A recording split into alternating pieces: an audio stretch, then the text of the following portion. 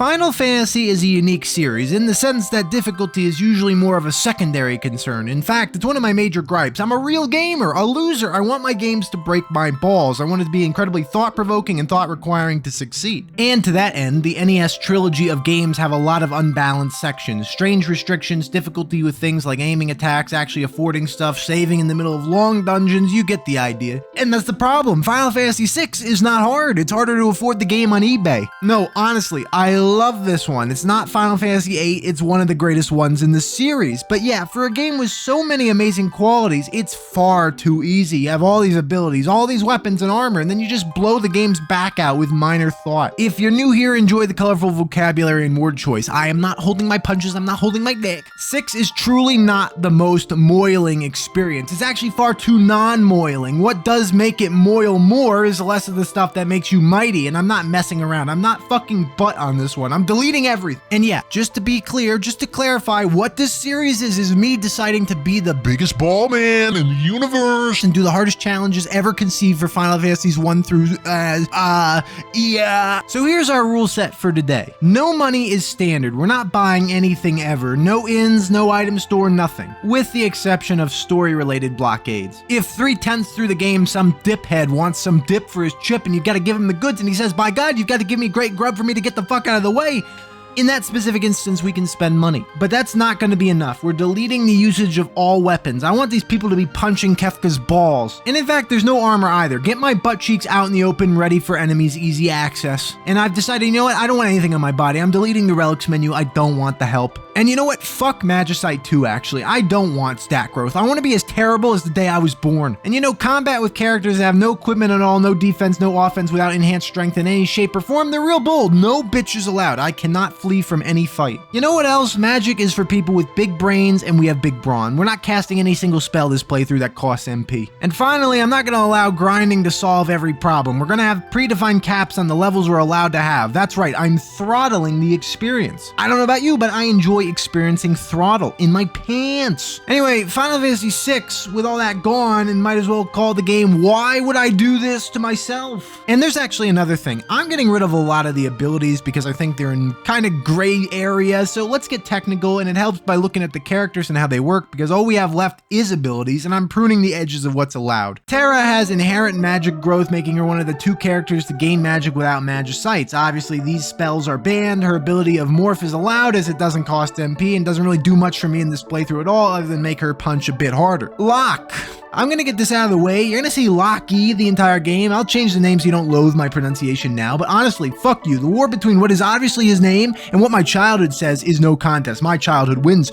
It's my video, but for the sake of your ears, I won't be saying Locky the entire game, but I'll be thinking it. It's there. Indulge in it, relish in it, hate it. I don't care. Oh yeah, the point is I'm allowed to steal. That's fine. That's all I'm gonna say about him. His name is Locky. His name is so not. So Edgar is the one where we've cut him down to size. Tools are banned. Things are not only insanely too good, but they're almost pretty much weapons. Therefore, Edgar is one of the lamest, worst party members in the entire game by far, and we don't want him around if we can help it. Conversely, oh boy, alright, the Chad himself. Look at that portrait. Come on, what the fuck? This is our main man. He has blitz, and those mostly include beating the absolute ass out of things with his fists, and that's it. But we have some criteria of which ones I don't allow. Any of the shoot fire ones, AoE, stuff that isn't just man meat slap and face, those are banned. So Pummel, he gets Pummel, Bum Rush. I'm also allowing Mantra, which is honestly one of the worst healing abilities in the game, where Sabin heals the party other than himself for half of the HP he currently has. So if he has 6 health, everyone heals for 3. Yeah. But for the most part, this is one of our main guys. The power will be precedented, but not bad at all. It's going to be fairly nice. Celise is the other natural magic user and will also not use any of it. Her signature ability is Runic, and guess what? Runic cannot be used without a sword equip, so Celise has absolutely nothing to do except punch. Kind of bad news too, because if you know Final Fantasy VI, you're going to be stuck using her for a pretty pivotal part of the game. Pretty pivotal part. Pretty pivotal part. Pretty pivotal part. Pretty pivotal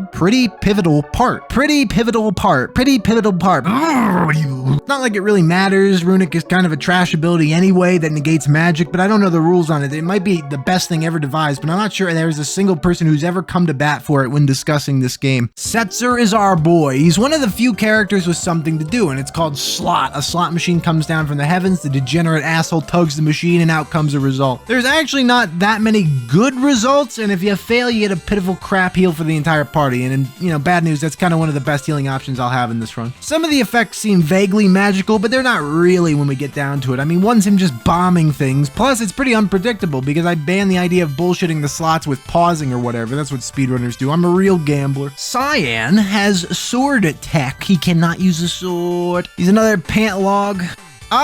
It's Gao. My god. Okay, so this boy, this Chad in the making, is a buff child who has rage. And what does rage do? Well, it makes you act kind of out of your mind. But with him, it makes him act quite in his mind. It's just, he just does almost fucking anything. He eats a monster on the landmass known as the Veld. Then it comes back with a new power, usable by selecting that monster in the rage menu. Honestly, 90% of these are going to be banned. Any elemental spell, anything that's just the rage equivalent of a magic that anyone can use later is not allowed. What is allowed is him beating your ass with something known as Cat Scratch. Fans of the game know we're in the money on that one. Shadow is a cool character who uses throw to use either a ninja star or a weapon in the inventory, and it deals a lot of damage. I view that as a weapon, so therefore Shadow can never do that. Fortunately, to save him from the tier of Edgar and Seelys, he has a unique passive. His dog can come in and get slammed. Very nice guy here, and when Interceptor intercepts an attack, he can come back immediately and deal a large sum of damage as a counterattack, which is kind of badass. It's our only shield in the game, a dog. I'm not going to elaborate much on this, but I'd die for Mog. This badass gets to dance like a real man, and you know what? While some of the stuff that pops out of dance abilities is magical seeming, it's not actually akin to anything you can cast. It's his own might, and half the time the effects are bad, but when the half the time it's the god effect that carries the entire game, we take Mog and stick him into the front of the party as much as possible. So get ready to see Mog today. Mog.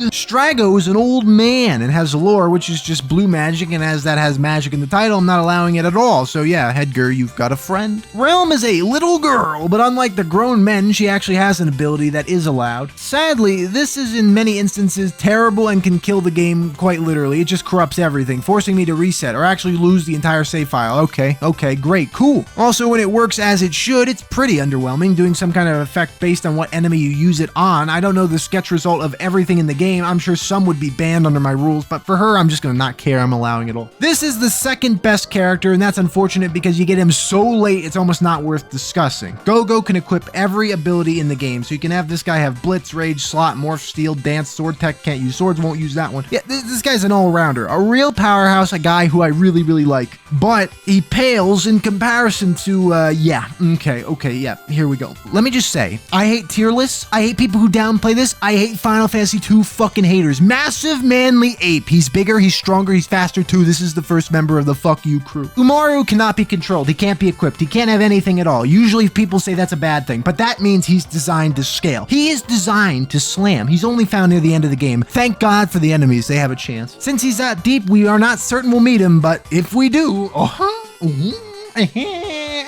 and since it's not baked in, the level brackets for each zone will be established at the beginning of each chapter. It's arbitrary, but how unfun would it be to just get to 99 clear over a hurdle that's otherwise far more interesting if we have to lab out weird shit? That's basically the rules, and the question is simple. Can you beat Final Fantasy VI without weapons, armor, relics, magicite, money, magic, or running away from anything, with 60% of the abilities also banned, while also not allowing over-leveling? I am genuine when I say I have worked on this rule set extensively, I have labored over it, and I think this is the absolute pinnacle of what we can reasonably do to make the game as hard as possible, sadistic in ways you'll come to realize. Although I have additional criteria ideas if we beat the game. Here we go, here we go, here we go.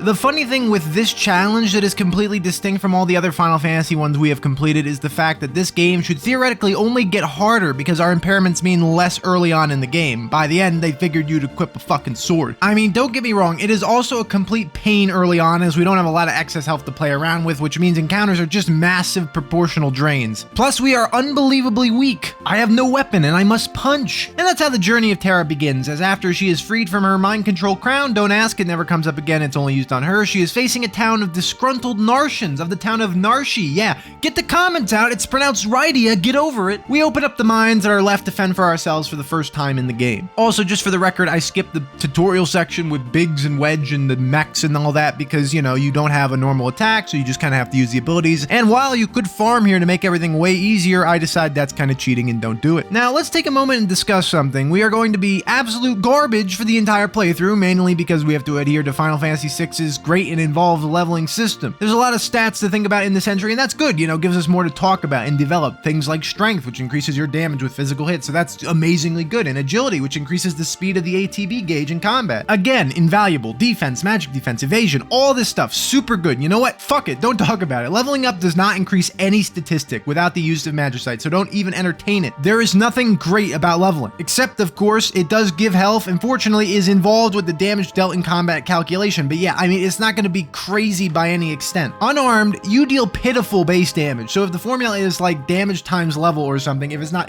that simple. I don't care to look at what it is for real. Point is, it's still going to be bad. And don't get me started on defenses. You are basically an outrageously armored god if you have a shield in this game, as it allows you to frequently dodge attacks of both regular and magical varieties. With nothing on, you are enduring the entire full-face brunt of the enemy's offense the entire game. It's something I have never even seen, coupled together with the fact that we can't heal via ins, and we can't buy potions to heal via potion drinking, and I have banned running from encounters. You might think the challenge is literally over in this cave full of rats and men. Also, I'm not sure why the men are actually hanging around in here, or why they're 2 feet tall, to be honest. The fuck? But therein lies the saving grace. It's how we start this challenge. We just gotta die hundreds of times. The fact is, this game was designed with several points where you couldn't leave encounters, so it was necessary to invent a way to prevent the player from getting soft locked from being too weak. So every time you die, you reset to your most recent save point instead of having to reload from the title screen. When you do this, you lose all the items you had used or acquired since you saved, as well as all story progress you had completed. But you get to keep your experience, which is, you know, yet another thing that makes Final Fantasy VI a bit too simple, honestly. That being said, it's invaluable for us. I can survive only 2 hits total, so I need to farm tediously for a while, and, you know, I can kill a couple groups of enemies, then die, and then we reset back to our starting health values. Again and again, thumbs up, and a grind spot has emerged. I do have a few hours of this. From the beginning, Terra does get noticeably stronger with punching, going from around 19 per hit to 40, so that's good. Unfortunately, since I can't restore my health from my starting value of the massive number of 63 and all my defense will never change, the fights kill me in a very consistent fashion. I do get some tonics from the area, and I can use them if I want sparingly, because I do actually need the ability to restore health later on the fly, and wasting that here for convenience is not the best plan. Still, because of our level cap of 15, I can't grind all that long, so when satisfied, I move on with the plot. Great character of motherfucking Lockie, otherwise will be referred to as the human name of Locke, is a cool guy who just wants to do right by women. Never seems that interested in men. Kind of wrong. It's kind of a little sexist when you think about it. Kind of not a nice guy, but still baggage man, has all sorts of mental luggage, so he decides to lug Terra back to safety, as he feels for her plight after she fell through a hole in the floor and got knocked out. He's had experience with this. This segment here allows me to introduce a thing that I have to deal with several times, and that's the unchangeable characters that temporarily join our party. Here, Locke is so weak, and he literally is. It's not an exaggeration this time. He actually needs the help of these fuzzy little fucking creatures, but, you know, they carry spears and maces. It's kind of good. Yeah, besides the fact that this segment is like 2 seconds long, killing the Moogles would be kind of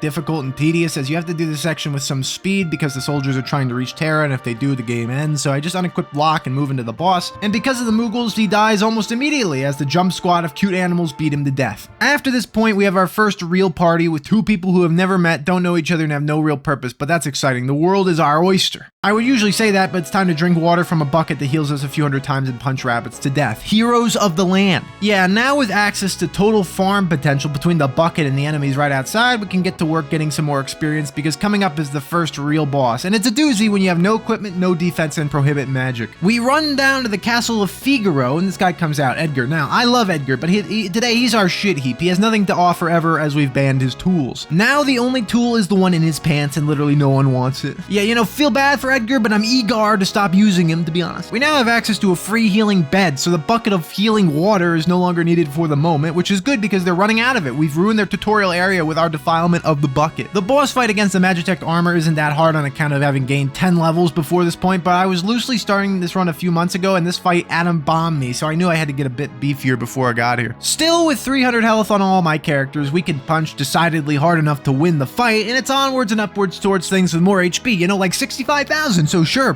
Fist punching, excellent.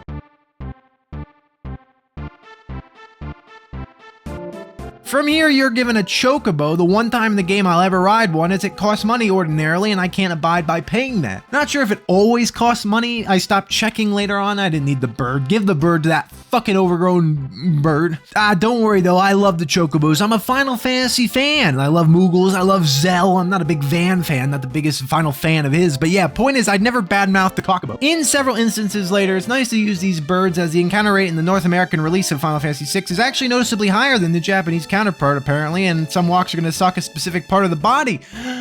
The butt. Anyway, we're on our way to meet up with the returners, and it's beginning to seem a lot like fuckmas. That's fuck for obvious intent, and then mas for more, as in my butt is gonna get fucked mas. I think mas is more. I am not checking. I don't bother checking these things, because if I'm wrong, you'll comment about it, and then people get mad, and they'll call me a lot of names, and then I get more money. Then there's another hour or two of grinding monsters in this cave that was handy. Amoeba-filled water gives us full health back, and we can partake in it infinitely. I bumped the total level cap to 20, just because I don't know exactly how easy a lot of the things coming up are going to be, but yeah, you know, I'm hoping for less than 20. Health goes down more than it were before now in general encounters, but not nearly as much as it will go down once we arrive at Mount Colts, the location where our boy resides. Before Sabin arrives and puts everyone on his large ass back, we have to walk through a gauntlet of status-inflicting, heavy-hitting, and overly abundant beasts, such as these fucking bees. Have I ever told you, the audience, that I am plagued in real life by bees, wasps? They're on my balls at lots of times. I have to buy poison and spray them, get on ladders and shit, and then I have to get them out of my car. So I get some hyper-powered earth in a bag that disintegrates them, so I'm just covered in white powder. It's just really no good.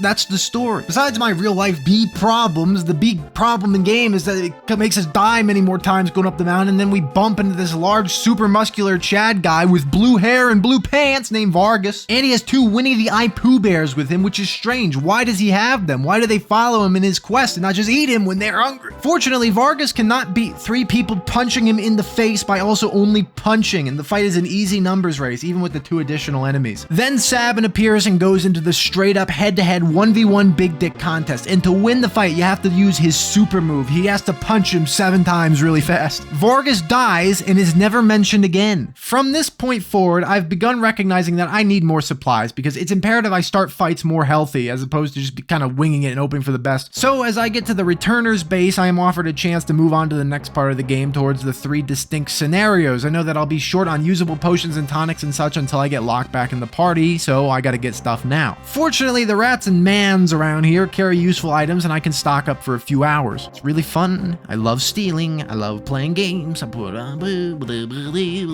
Once prepared for the upcoming drought of healing items I'm soon to be faced with, we agree to board a fucking raft with this old man Bannon. Why can't you get a boat? I get it's a river, but someone literally falls into the river, so, you know, Edge would have been nice. Bannon is funny because he's the best healer in the game for our purposes, and I'll never be able to use him again except for this part. He has a unique ability that seems magical, but it can't be because he can't use magic. That's the crux of the game, so, you know, feel free to go play Final Fantasy VI, learn the story, come back, and then continue watching, but this just means I'm allowing to do whatever he's doing here. For the most part, I'm only interested in restricting the usage of characters I can actually utilize, so that's my rationale. And the allowance of this healing is a very good thing, because on this raft, holy shit, the marine life must be part of the Marine Corps because they hit hard. They're numerous, and then the leader of the water people, Ultros, shows up for the first time. And this fuckface is so powerful, it's incredible. His full party damaging tentacle dick whack thing nearly one-shots everything per use, so Bannon gets a lot of mileage with his healing. I one-shot the boss though, you know, just don't die. Happy day, and our party breaks into 3 different directions, all with the goal of meeting back in Narshi. We could choose any specific scenario to run through first, and I decide to go with Sabin's as it's the worst one. Sabin wakes up, washed ashore, and goes off to meet with Shadow, the legendary ninja assassin that never uses a sword in any fashion. He also lets his dog take hits for him. Great guy. He agrees to help us as he, I don't know, has nothing else going on. We find our way to Doma Castle. Doma is being sieged by Kefka, a clown man who ends up being the final boss, but forget that. For now, the kingdom's top knight and retainer comes out, Cyan, who carries no sword and sucks. There is a reason everyone in the castle dies moments after this. Cyan leaves his kingdom with you when Kefka poisons the water supply, which for some reason kills everyone but Cyan. Cyan's opinion on water is much like his opinion on swords. He doesn't need it. Also, the soup I assume they fed to everyone, even the people who were sleeping, must not be to Cyan's liking. He doesn't apparently eat either. I mean, are we positive Cyan is not behind the poisoning? If there were cops in this world, they'd have two suspects. The man tasked with protecting his homeland but doesn't try at all, or the evil clown motherfucker. Honestly, I'm picking the mustache man. Anyway, Cyan kind of quickly forgets that his whole family died, and we go on towards the Phantom Train. This part of the game is tedious with lots of walking around and dealing with pretty high damage potential enemies. The ghosts cast magic, the bombs explode, and the train is large. Fun fact, I don't think anyone's ever thought those three sentences at the same time or at all, and especially not put together. So first time in the universe for that's never happened before, and you can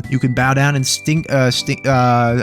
I was gonna say suck my penis, but that's a bit lewd. That's kind of rude. I wouldn't force that upon you. That's not very nice. I mean, we just met. I think actually maybe we didn't just meet. You could have been hearing me for years. Maybe we've known each other a long time. I haven't known you, I guess, but I am outside your window right now. Also here, you can recruit a ghost, which is swell. They are just an additional body. They deal some damage, and they're not that good normally, but it's kind of the star of the show today. We move through the train. Sabin decides to eat some food, which is great. It's like asking Charon to cook you some eggs while he busses you to hell on the river Styx, but fine, it works good. It's just a free, full healing location. Then we arrive at the boss, the ghost train itself, and yeah, it makes it rain, it throws wheels at you. Okay, fine. With 6 HP left on Cyan, you see that the fight can take a turn for the dead if you're a little too weak, but Sabin can batter the carriage with ease if given enough time. The train says, quite honestly, it says that it's only interested in the souls of the departed, and in a touching scene, Cyan sees his dead wife and child boarding and is distraught. Sadly, he's stuck with a guy with muscles for brains, an assassin who's probably filled up the ghost train himself. So Cyan be crying, and everyone waits it out, and then it's back on the road. Shadow decides to leave because Sabin and Cyan go to the top of a waterfall and decide to jump off and probably die. But as you fall, you have to fight piranhas and stuff, and to be honest, it's not easy. It's quite strong, and so strong, in fact, that when I get to the bottom and I land in the Veld, and I'm really excited to get Gao, one of the best characters in the game, I instead just die, and guess what? I didn't save except back at the ghost train. So yeah, do it all again and get back to the Veld, and then have to subtly break the rules. When the story prohibits me from going onwards without buying something or using a banned ability, I of course allow the usage of it just to get past that hurdle. As it stands, you need to recruit Gao. Gao only wants dried meat, and the kind in my pants is not gonna cut it, so I need to get some jerky. It's at the store. So you go buy that to progress, and after you get a fight on the Veld, which is just this big landmass to be clear, this is the Veld, Gao can show up and request food, for he's a hungry lad. You give it to him and he joins your party, and okay, it's time to describe Cat Scratch. For some reason, this 13-year-old boy is built. He's gonna be one of our anchors in the coming conflicts. He's gonna cat scratch Kefka's balls. So again, as I previously mentioned, Gao's unique ability being Rage means you lose control over him, and he instead repeatedly uses a specific corresponding attack to what you selected. For Stray Cat, he can either hit a bit harder or hit massively fucking hard, which deals well into the thousands randomly. He's not leaving the party as much as I can help it. Gao helps out by mentioning he has diving equipment, which is strange, you know,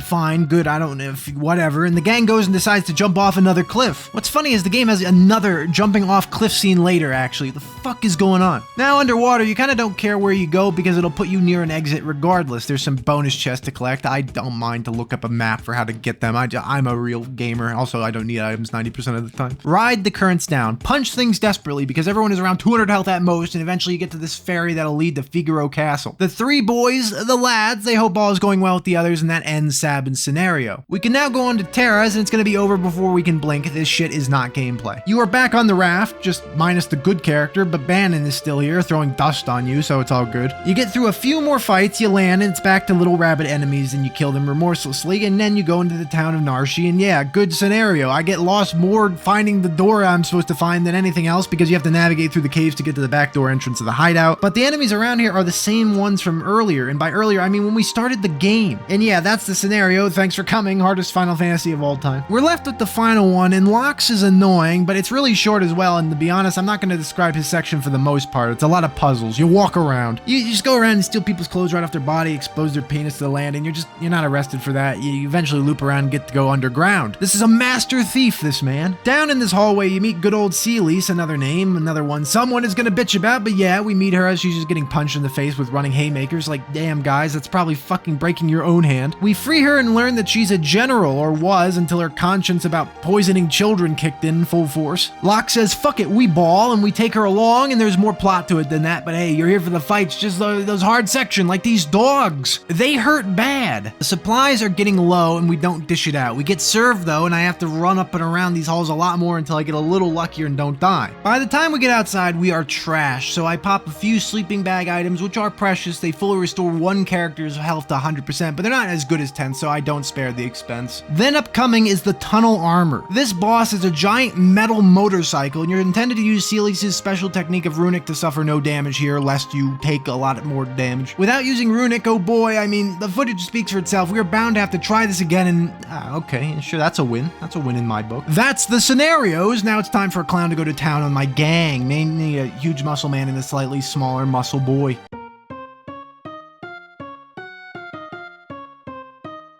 Kefka marches an army into the mountains to kill people and steal Tritok, or I don't know, do something. He's an evil, scary clown man. What do we want him to be doing, if not something nefarious? In the wintry foothills, we have to bring a group down to fight Kefka himself, but there's several encounters in the way. As they're going up the mountain to defend the Esper, Terra and Seely's have a little heart-to-heart where Terra asks if Seely's has ever loved anyone, and she goes, "What the fuck did you just say to me?" This has been our story check-in. We save the game, and oh boy, okay, you get to assemble any kind of party you want here. Gao steps up first because he's an absolute beast, and for some reason I don't remember how this works, and only bring a party of Sabin and Gao down to fight Kefka. After failing this immediately upon reaching him where he just kills a child in one swipe of his hand, we restart and I bring a full party of meat to get in the way of my heavy hitters. Edgar falls prey immediately and dies, but that's what we brought him for, no problem. We get to Kefka again, and alright, why the fuck is he so strong? This little bitch is probably using a weapon and armor, and I bet even some relics in there. Gao will shred his health pool if he just lives long enough to get some hits off, but he doesn't really get that opportunity. Kefka has several magic spells for some reason. I don't know why. Magic is something people should not have unless all these effects are merely tricks of his own trade, like poisoning Cyan to finish the job or confusing Sabin with his clowny power. We lose again. After walking through the gauntlet of fights again, we get back to him, and this time I just blow him over almost immediately. Guy doesn't even get to try anything. Then that's it. That's the entire battle. That's Kefka. That was the final boss. Following his defeat, he just says, "Okay, whatever, child broke my nose, I'm leaving, going to Rite Aid," and we go up the mountain and Terra has a reaction with Tritok and starts flying away. The gang decides to pursue because that seems like the right thing to do, and you are given the choice of who you want to take. There's really only 4 choices, being Locky, Keely, Sabin, and Gao. Sabin and Gao are obvious because they are worthwhile characters who can deal damage. Locke is there to get refreshments for his friends, and then Seely's is optimal because later she will be one of the characters we are forced to use, being the crux of the party's power in the world of ruin. Spoilers, yes, spoilers. I'll elaborate this fact real quick for you all because it's relevant. Final Fantasy VI has unique level scaling where party members will adhere to an average level based on your whole collection at the time, meaning that if you got Terra to level 99 in the first cave of the game, everyone else would enter at level 99. So when you gain access only to Seely's, the higher level she is, the better, as she can power boost the initial characters you get in the world of Ruin. Of course, we can't be that high, the restrictions and whatnot. Also, Edgar and Cyan are equally garbage to Seely's in the punching only department, so she's our girl for this part. You take Figaro Castle underground to get nearer to Kolingen to search for clues. Thinking on it, why can't everyone come with you? Edgar and Cyan are just sitting there eating crumpets and tugging on their trumpets. The group is out here with a man with no brain and massive arms, a boy with massive arms, a woman with massive arms, and a thief man with regular human-sized arms. At Kolingen, Locky starts to feel shitty, remembering his girlfriend who fell down a hole and nearly died. Sad scene. Then it's time for the walk to Zozo, and goodness gracious, it's not good.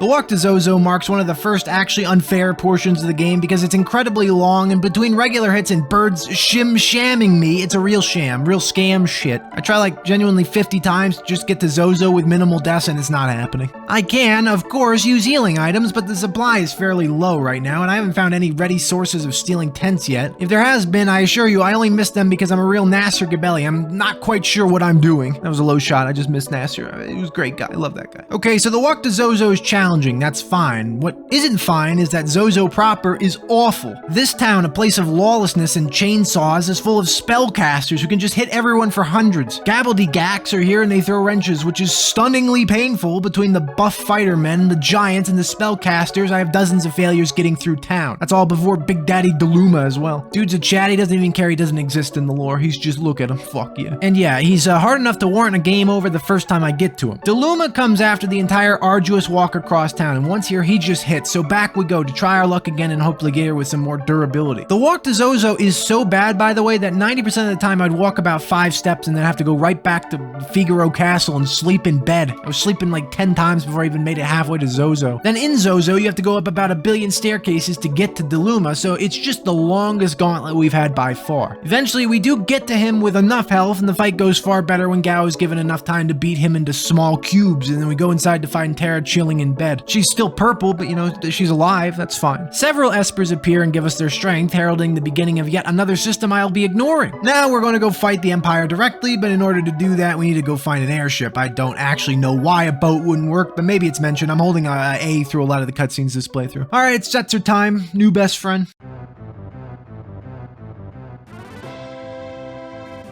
There's not a lot to say in terms of the challenge, which is what I just want to stick with because we have several indoor cutscenes to play out. I will say it's regrettable up to this point, despite stripping away almost as much power as I can fathom. Final Fantasy VI is still not pushing the envelope in terms of what we have to do today. There hasn't been a wizard, a red soul, a Tower of Owen, or a Purim section yet. Don't fucking ask about 5, we'll get to it. But for 6, it's just routine gameplay. Take tons of damage, but have Gao, you know? Gao does all the work. But don't worry, we're getting to the juice. We just gotta get past the squeeze and allow me to squeeze past our Opera House scene because, you know, it's not that much gameplay. Probably one of the coolest parts of the game, though, because it's an attempted opera and a Super Nintendo RPG, but there's nothing to report on except for the fights near the end of the segment. All the context you need is that Setzer is another dude whose girlfriend died. This is a weirdly recurrent theme here, but instead of being a nice guy who helps those in need, Setzer just becomes a vague rapist. He's planning to abduct the star of the opera, but fortunately Celis is a dead ringer for her and also can shoot fucking bombs out of her hands, but not today, I guess. She just punches. Still, Setzer is in for a rude awakening as soon as he swoops in to steal her. Before he does, you have to fight rats and Ultros again in a limited amount of time, and I figured this part was easy and not too restrictive, but, you know, I shouldn't be playing in 4x speed because, oh god. The rat's surprisingly lethal, and then arrive at the stage and fight Ultros, who is heavy-hitting but soft-bodying and dies really fast. After confronting Setzer, who does indeed swoop in and steal Celis and put him in his boat, we board the airship somehow and tell him he's a poop-headed, butt-munching, ass-eating, dumb, stupid, motherfucking cock-brain gabbledygack. He just dies on the spot and reincarnates as a nice guy. Then we get bussed over to Vector, and okay, we reached it, the game's now going to suck. This is insufferable, because suddenly there's a lot of enemies with weird amounts of defense, meaning only Gao and Sabin can do anything. Not to mention, we are absolutely dying out here. Saving grace is the Blackjack has a drink vendor who sells free heals for the party, so we chat with him and fully restore several times. The funny part is sometimes I can't even reach the town where the dungeon lies before needing to turn around and get healed up. The Magicite factory is the first dungeon that might convert me to a Minecraft YouTuber, only completable because of my 2 heavy hitters. But half the time, they don't live long enough to clear the field, and if they go down, there is no hope. I cannot overcome the huge defenses with the non-ability using characters. After dozens of failures, like literally 48 times I walk around and die, I end up using a ton of healing items to overcome the admittedly fairly short walk and end up seeing Kefka kecking it up again. He throws Ifrit down a garbage disposal, which is an insane feat. Ifrit probably weighs about 900 pounds, but fine. Then you have to fight Ifrit and Shiva, and the fight against them goes really well. Just really good. Look at that. We just got to feed these poor, defenseless creatures with our now toasted asses. Wonderful. Love it. Donation. After a genuinely unfun amount of restarts again, we're back to the boss fight, and then reasonable planning allows Gao enough time to win. I leave Ifrit on the ground in protest for how he killed me. This dungeon gets blown up. He's going to die from this. As there is a save point right here, we are able to run upstairs and fight some long, tall, David Bowie looking ass, and he dies easily. Afterwards, we meet Sid, who is a guy from Curious George, basically. Although he dies, that does not happen in Curious George. You know, he dies from bad fish. That does not happen to the man in the yellow hat. I think he just has to pick up monkey shit all day. Anyway, it's time to leave here. Celis leaves with Kefka, either because she likes clown men or because seemingly she's evil, bad guy, not good, bad. And then Sabin, the guy filled with sawdust, and Gao, the boy wonder, watch Locke feel bad about every woman he's ever met has fallen into horrible situations.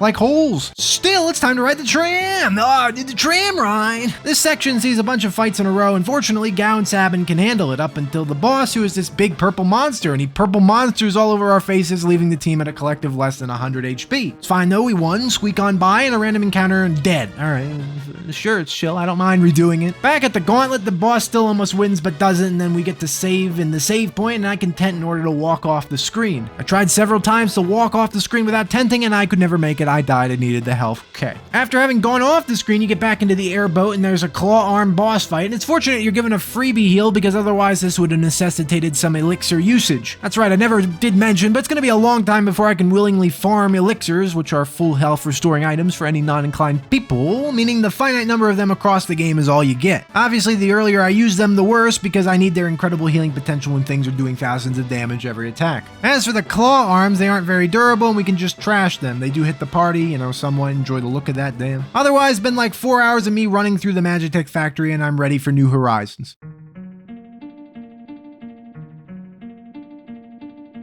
bump the cap up to 30, the first time in a little while, because, you know, just kind of naturally getting there. Now that we're back in Zozo, Terra wakes up when we go through a non-gameplay section where her dad fucks. No joke, that is what happens. And then it's an explanation time about why Terra is half Esper, half human. And yeah, cool, give me my wings now, please. We can now go anywhere, which means a little to us, honestly, because we can't buy anything. And farming the wob, that's the world of butt for people who haven't played the game, is not my primary interest. I'd rather wait until I either need to farm something or just wait until the war. That's the world of remarkable butt, so it's just, you know, story time right now. We decided to go to the sealed gate, a border between the woe and the wob. It's the world of espers, for clarity's sake, and I aforementioned world of butt. So to get there, we have to go through this cave, and okay, I hate it. There's ings in here, and yeah, you guessed it, they're fucking my ass. With them are zombones, and yes, you got it, you guessed it, they're zomboning my ass. Beyond them are collectites, and yes, they are collecting my ass. Give me any name, I won't fail this, just try me, it's impossible. Similarly to the lava section, because the enemy density is crazy. I just simply do not have the health to do this. I'd have to very tediously farm about 1,000 items to heal after every fight, because I am just dying. Gao and Sabin can only do so much. Setzer is great too, you know, I haven't really mentioned, he has Slot, which does AoE damage, can do a bunch of things, it can summon stuff, but it's random, and I'm not going to start pausing the game over and over to dictate the result it gets. What we have found here is that we need some more firepower. Someone who fucks, not Terra's dad, he's dead. We got to go back to Narshi. Here, deep in the caves, you can find a little Moogle man named Mog, who mogs everyone else in the group because he can dance. This guy's breaking it down, and dance is allowed despite being kinda seemingly magical in nature. Here's how it works. Mog can use dance to lose all control for the remainder of the fight. Sounds great. And every action Mog takes while dancing has differing randomly chosen effects depending on which dance he performs. There's 8 dances in total gained for taking part in combat on a specific background. The only mechanic at work here is if you say are on the forest background and try to use the forest dance, it will work 100% of the time. If you instead try to use the plains dance, you will have a chance of stumbling, which makes Mog waste his turn. Once he successfully dances, the background changes and Mog is just busting it down for the rest of the day. What I have not expressly mentioned other than the dialogue of I'm getting fucked up here is that healing, in particular group healing, has become such a massive issue because tonics and potions are abysmal items in combat. Considering they only heal 50 and 150, there's just no way to use them. In this regard, Mog is a game changer because of one particular dance, the wind song. This is one of the only ways in the game we can heal the entire party if Sunbath is randomly selected among his effects. Sunbath heals every party member for nearly 1,000 HP already, so yeah, good lord. Meanwhile, the virgin Setzer over there pulling a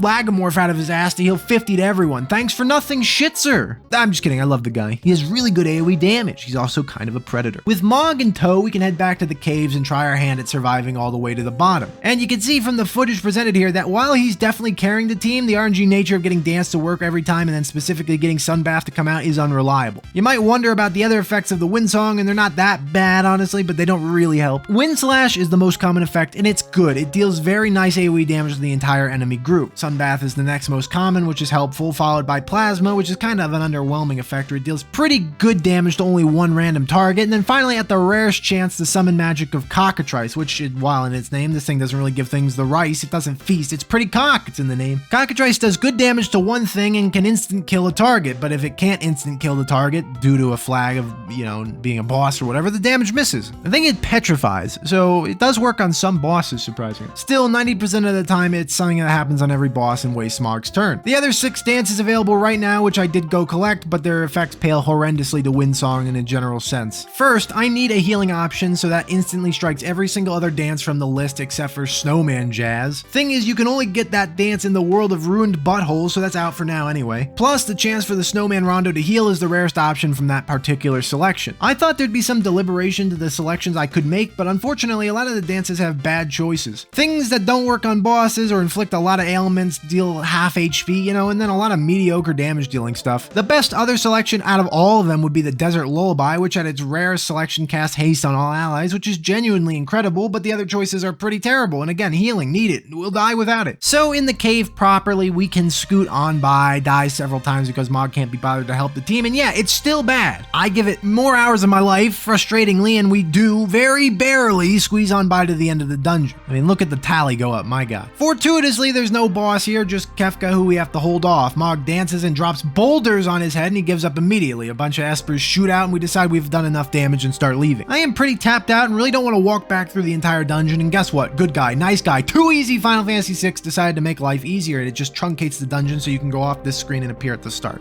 We board the airship and hear that the espers are just destroying the shit out of everything, and yeah, heroic endeavors we've engaged in yet again. Our airship crashes and we have to walk on foot to Vector, which is super to the north. The game designers figured you'd love to use the handy chocobo here to run up there unimpeded, but they didn't anticipate I wouldn't spend any money ever, so I have to walk. And yeah, the game is getting stupid. If Mog doesn't sunbath, we are probably going to die. Every single encounter. Gao and Sabin definitely deal the damage needed to win the fights, but not really fast, and when they get hit 3 times and die, it's not good. Still, I am a perseverer, or maybe even a Seer, so unsubscribe now, and we make it north to Vector. Guess Stahl appears and says, you know what, in light of a bunch of Godzilla monsters fucking killing my whole army, we're not evil anymore. Come have dinner, I'm making cock, and we know this is some cockamamie nonsense, but we're in the mood for some bird. That reminds us, Sealy's has been taken, but forget that, it's time to talk to the soldiers to make them see the errors of their ways, and aspire to peace with us. This minigame is something I don't put enough stock into because I thought it would only unlock some shops, but if I did it a little better, I could have gained access to some more areas with chests and them giving a couple more restorative items, so a bit of a blunder again, pitfall of playing on 4x speed. At the dinner, between Gestal and a thief man, a naked muscle boy with no grasp on language, a buff man who hasn't blinked in 4 days, and a tiny magical creature that just breaks it down all the livelong day, he secretly is so glad he still wants to kill all of us, but little does he know I've played the game. This guy is gonna get fucked up, little bitch. How good is that? He's gonna die to a clown. We do the conversation portion well and then get to move on to the next segment where we're tasked with accompanying General Leo to make peace or find the Espers or something, I don't know. Good guy Leo is here. He's gonna die as well, it's sad.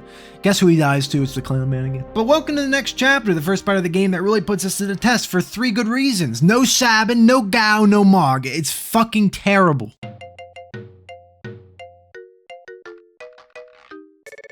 It's lucky that the walk to the boat is only a small distance because the fact I'm stuck here with just 2 of my weak characters is great. And in one fight against 2 weed feeders, I nearly die immediately. I'm not sure why General Leo wants 2 naked people with no concept on how to fight tagging along with him, but hey, fine, it's his call. At the boat, Shadow, the major asshole, is back again and he will be our 3rd party member for 5 seconds. Once the boat docks, you're tasked with going around and looking for Espers. The only targeted location is the Massa, and oh yeah, glad I have these 3 against Chimeras, Cephalars, and Bascavores. What are these enemy names, actually? The best character I have right now is the Interceptor, who blocks for free and retaliates for a lot of damage. Without that little boon, I'm not sure I'd even be able to walk here. In the town itself, everyone claims to be a total dumbfuck, including obvious characters Strago and Realm, who are an old man and a child girl, respectively. They claim to not know anything about anything, so you think, okay, this isn't the place, let's go to bed. And by the way, you have to spend money to rest here, rest in peace, challenge integrity, but when you're sleeping, the neighbor boy's house has exploded. For some reason, I don't know, Realm is trapped inside, making Strago say to the cast, guys, I didn't want to reveal this, but I'm not good at anything, can't use magic, and only know how to punch shit. Can you help me? We feel kindred energy with this old man and agree to help. Also because we're nice enough that we don't like little girls burning to death. You know, good people. Inside, the enemies are proving why there's a common sentiment among most living organisms that you shouldn't punch fire to death. Our party takes like 1/5 of their health every single attack, and not to mention the bombs exploding in here basically kill us in 1 hit. Also helpful is that Shadow, the legendary asshole, doesn't want to help his daughter survive and isn't in the party anymore despite his dog wanting to save her, but yeah, it's just 3 of us. It's not even like the game lets you use Realm here. You just have to have 3 characters. Shadow could be here. This house is the worst part of the game so far, by far, because you can't kill these enemies without taking a ton of damage. We don't have healing. We don't have good damage dealers. Frankly, I don't know how this is going to be possible. The only enemy is a bomb, but they explode after a few rounds and it deals 500 damage, which is half a character's health. Without being dramatic, I don't think I could do this. And while just the general encounter bombs necessitate us healing every time to set up just to the boss fight, it's paltry to the boss fight. The Flame Eater is much more like my butt eater because it's really strong. Unlike every other boss to this point, it has an unbelievably high HP value of 8400. Considering we deal about 200 in attack, we have to sit here forever. Not only this, but he's summoning bombs constantly. Who will blow up what they want? Who still deal lots of damage all the time? And considering there's an endless stream of them, we don't have the means to last. And grinding would be, of course, the bee's knees, but we're limited on how much we can do that. And even if we did, the speed at which my characters can grind outside the Massa is terrible. It'd take me like 200 hours to do anything. Of course, all the experience we get from killing the bombs inside the house as we walk to the boss and die do count for experience because, you know, that's Final Fantasy VI programming. But it would be thousands of attempts if I just kept trying to brute force it like that. The boss just nukes you. It drops fire 2, it fire fucking 3, hit after hit, run after run. The party gets there with full health and bing, bing, bing, bing, bing. It's done again, run again, try again. Eventually, I decide I'm going to see how far my limited supply of elixirs can bring me, and with Locke as the sole survivor, I just start chugging them. 3 or 4 hits later and I'm out of HP again, gotta use another one, and again, a second one. I'm really starting to think it's not happening. Even this, I'm gonna burn through all my elixirs. I'm not making headway. And then he ran out of mana.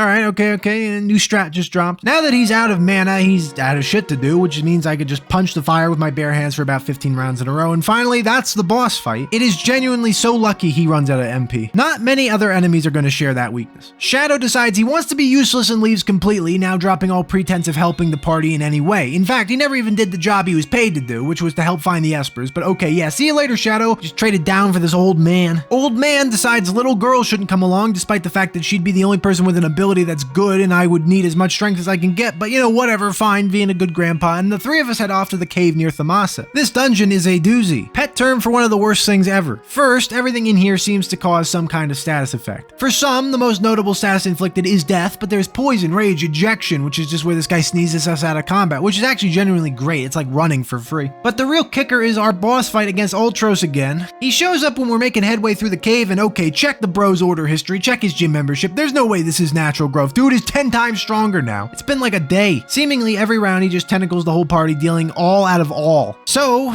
Beyond that, the guy reportedly has 20,000 health, but he's kind of a misnomer. It's not really how you defeat him. You have to last long enough for Realm to show up and use Sketch, which instantly defeats him. I didn't ban Sketch. Unfortunately, you can sketch without a paintbrush equipped, so there's no cheating on that front either. She just carves portraits with her bare hands. But it's not the Realm part that concerns me. It's getting to the point where she shows up that's terrible. The fight we finally succeed shows Ultros just not going crazy with the tentacles, opting to drop boulders on me instead, which surprisingly hurts a lot less. And then with my last hurrah after 100 attacks and no Realm showing up, I just start continuously dropping elixirs until it's finally time for her to show up and do the instant kill, and I mean, yeah, it works. Thank God. The dungeon is still not over, by the way. Let's hopefully get through here without losing. The short jaunt through the rest of the cave brings us face to face with the Espers, who apologize for going apeshit. Everyone sings in harmony and peace and returns to Thamasa, where Kefka is, and if you know Kefka, you know something zany is about to happen. Yeah, so some funny stuff happens, and now General Leo is dead. There's also a big ground in the air. I could explain what that means more. I won't. Play the game. Really good game. We can now deal with it. We're now in the blessed recognition we have control of who we want to bring to the floating continent. This part is so bad.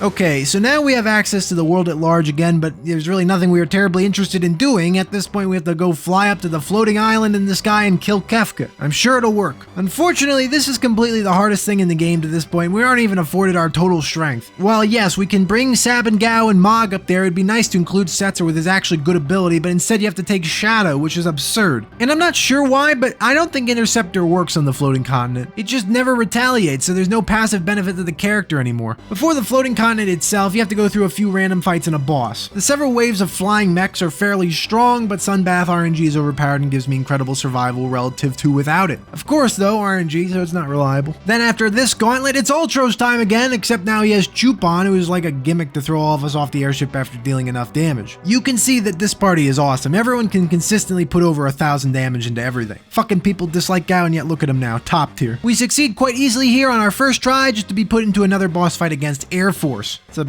plane with a face. This 3-part boss dishes out a lot of powerful hits, but again, our offense really is overwhelming. We are now on the continent, and yeah, we're dead. Instant death is a more common effect going on now, so I have to level up in order to avoid it, because the mechanic here is it's only successful on a target with a level divisible by the number of the spell cast, so like 3, you know, so 6, 9, 12, that kind of. But forget instant death, look at the behemoths who just have 1 billion health and fucking annihilate me. There's faces in the sky, these are the easiest enemy, but you know, they still murder me. Confusion, large hits like literally over 1,000 damage from a lot of things. These ninjas are incredibly damaging and can go invisible to be immune to all physical attacks, including Gao and Sabin. And yeah, I die like hundreds of times beating my head against the wall just hoping to get through here. You'll have a really good run and then suddenly it's the ninja that goes invisible and nobody can hit him except for Mog with his dance sometimes, and then it's the behemoth who just one-shots Gao, and then it's the fucking instant death and it's like, ah. I have saved over several different files so I can go back and grind, but really what difference would things make? Grinding is really bad, it's limited, it's incredibly slow, and the best targets are up here to farm. I'm not capped yet, but I only have some wiggle room with our self-imposed challenge of restricting levels, so things are just looking dire. Dire Cox.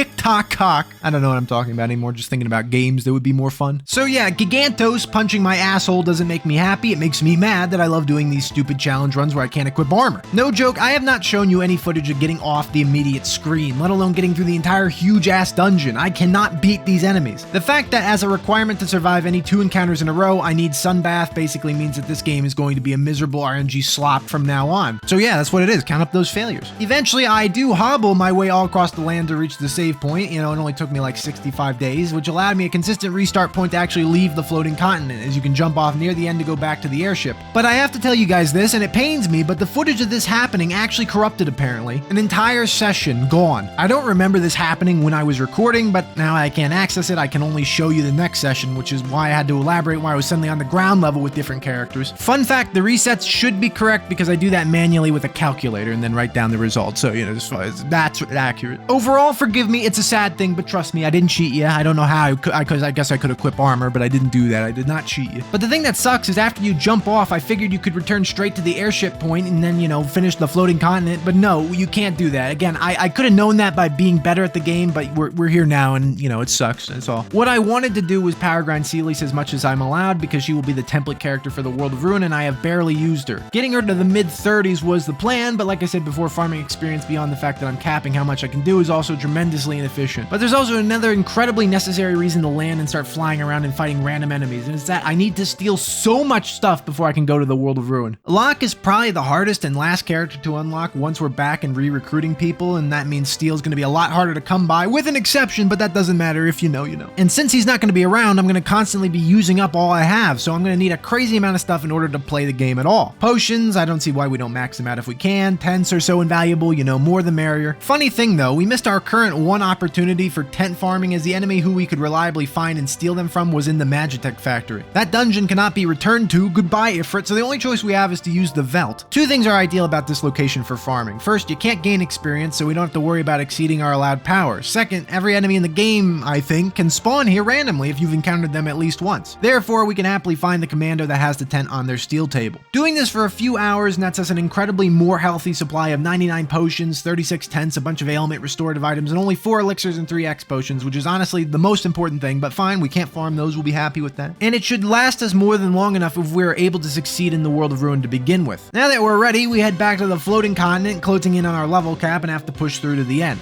Things go a lot better than before, and eventually we make it to the boss, Atma Weapon. Kinda hate to report this, it's a little anticlimactic, but Mog just dances all over this guy and bathes us in his radiant sunlight, and the fight is simple work. He certainly has a lot of health, deals a lot of party damage, and could have easily won, but again, we're using the goat. What can we say? He's a Moogle, not a goat. After the boss, some more story stuff occurs. Shadow stays behind to interrupt Kefka, who's up to some more wacky shenanigans. Seelys rejoins us so she can have a full redemption, stabs Kefka in his butt. You know, thanks, good. Should have stabbed his head. Now we have to leave this area, and unlike most runs, this part is funnily difficult. Normally, you just kill a few things as you run to the right within 5 minutes or the game is over. But since we're really weak and can't run from anything, the fights are taking way too long. There's even a mini boss here, Narappa the Rappa, and you know, it doesn't have much health, but still, the clock gets wildly down to nothing. If you know the game, you know that Shadow literally dies forever if you don't wait for him at the edge of the landmass here, but I, for some reason, don't sit still and instead walk back and forth, and with no time remaining, I get into a random encounter and complete it with under 5 seconds remaining, which makes the photo finish feel more natural. Trust me though, it was a dumbass maneuver. You can just sit there. Everyone takes a 400-foot fall to the airship and doesn't die, and then the airship blows up and everyone takes a 5,000-foot fall and no one dies, and then Kefka puts Gatorade in the water and makes the sky badass, and Seelys wakes up a year later, and we're finally in what is kind of the real game of Final Fantasy VI.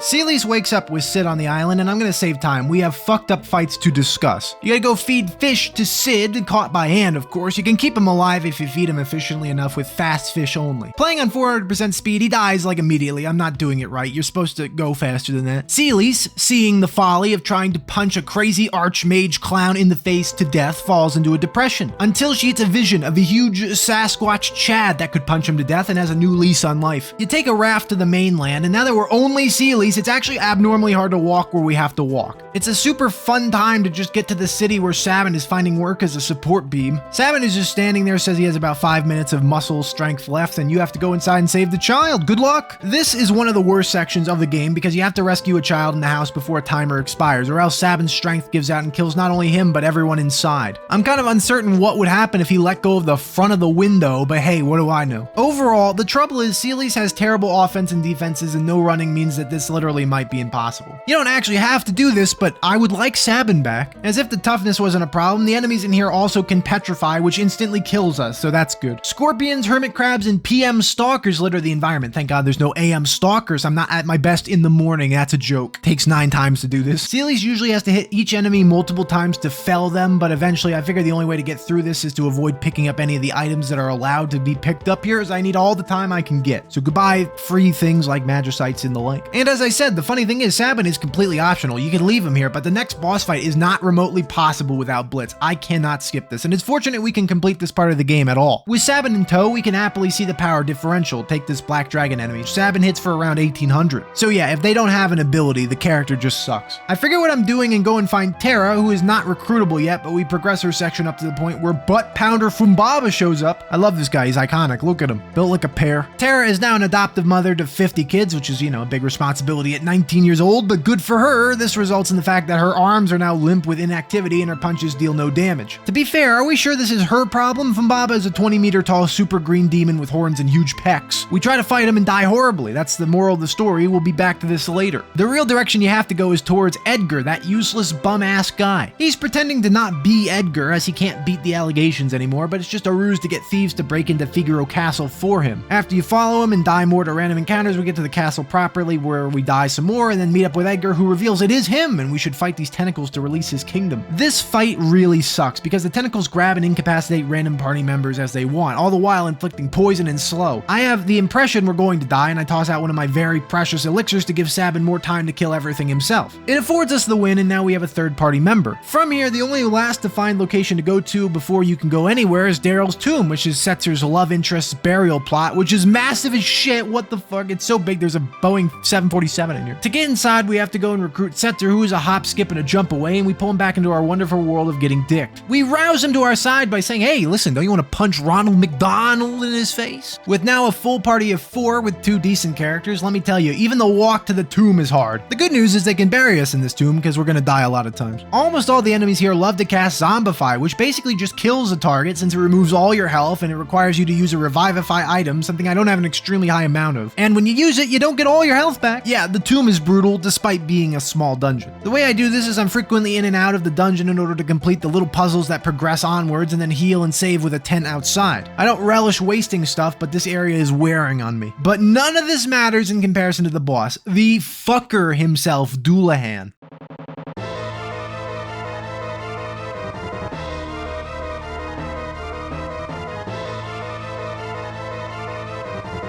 Dullahan represents the very last encounter before you gain complete control over what you do next, and he is unreasonable. He has a diverse pool of attacks, but most of them hit the entire party, and when they deal upwards of 800 damage to everyone with no Mog in sight, it means we have no chance to heal that up. Lagomorph is our best heal, and it's some of the worst shit I've ever seen. We can, of course, use Mantra with Sabin, but we really can't. Not only is the healing offered from that terrible, he also is so necessary to deal damage. If he's not attacking, we'll never win. And the reason we'll never win is that Dullahan is seemingly deceptively riding on a carriage when in reality he's on a Ford F-150 because holy hot shit, fuck, he's durable. He's got 23,450 HP. I don't know why they didn't round that to 23,456 to be cute, but hey, I don't tell Nasser how to program. It's not Nasser anymore. Stop saying it. He's gone. So yeah, at least 100 attempts already, and we're gonna keep this going. Blizzard 2 and 3, Northern Cross, holy, absolute zero, absolute bomb in my butthole, Cura, heavy hitting physical strike, all of it combined to make this fight feel impossible. This is also where the level restriction matters heavily because we could technically, and believe me, this is technically because it would be the biggest pain in the ass ever, but we could farm to level 70 and Sabin would naturally learn his absolutely broken broken final blitz, the Bum Rush. It would probably deal about 5,000 a turn at least, so we'd not even care, but taking that off the table, we're left with only a few choices. Joker Doom is Setzer's best result from slots, instantly winning I think every single fight in the game if you do weird setups. It doesn't work on the final boss unless you reflect it. But anyway, it's how a lot of speedrunners beat the game with suboptimal everything, which is what we have. Thing is, I feel like that's cheating. I'll allow Joker Doom if it actually occurs, but to use the method to set it up and then execute it myself would basically suggest I should just always do that to beat everything. I'm not interested in circumventing the entire challenge in this fashion. Another thing on the list is to have Sabin chug my entire supply of elixirs and hope that he just stands tall and pummels dick in hand to death, but I'd like to take like 14 rounds at least, not counting healing, and also Absolute Zero freezes a target, which is commonly Sabin, where he just can't act for 10 turns in a row. So it's unlikely that the elixir strat is going to work. So finally, we can think about using items, something I really haven't done, and I was contemplating as being cheating as well, but it's not exactly breaking the rules, because in a flash we're up to 200 tries, just droves of footage of me taking it in the hole. I've looked at this in numerous ways, and I feel like breaking out one particular item, the Magicite, which randomly casts a single use of any summon magic in the game.